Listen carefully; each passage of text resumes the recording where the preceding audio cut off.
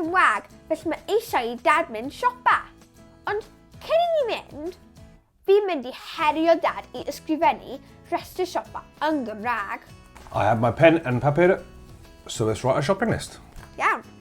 In order to do this shopping list, we need these two phrases. Ydyn ni angen, do we need, and wyt ti eisiau, do you want. In order to answer, you need to say, yes we do, which is ydyn, or nac ydyn, no we don't, or ydw, yes I do, or nac ydw, no I don't. Ydyn ni angen llaeth. Ydyn. Wyt ti eisiau bara. Ydw. Ydyn ni angen popeth bach. Nac ydyn. These are the words that we will need when we're writing our shopping list. We have the first one, which is llaeth, milk. Llaeth, milk. Bara, bread.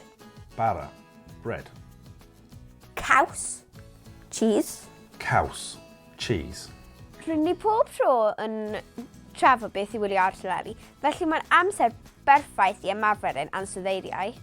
Let's see what's on the teledu. So Daddy, on this sheet are some phrases we can use about the TV. So one of them is wyt ti eisiau gwylio? Do you want to watch? Wyt ti eisiau gwylio? Yes. Ydw? Yes I do. Ydw.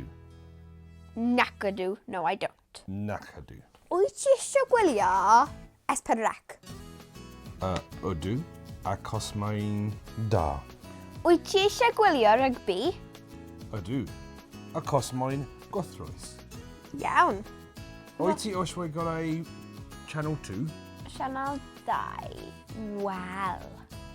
Ydw, achos mae'n ddiddorol. Iawn. I want to say because it's interesting. Wyt ti eisiau gwylio rhaglen natur?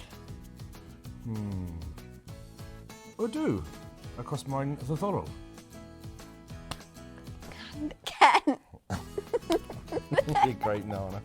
Right.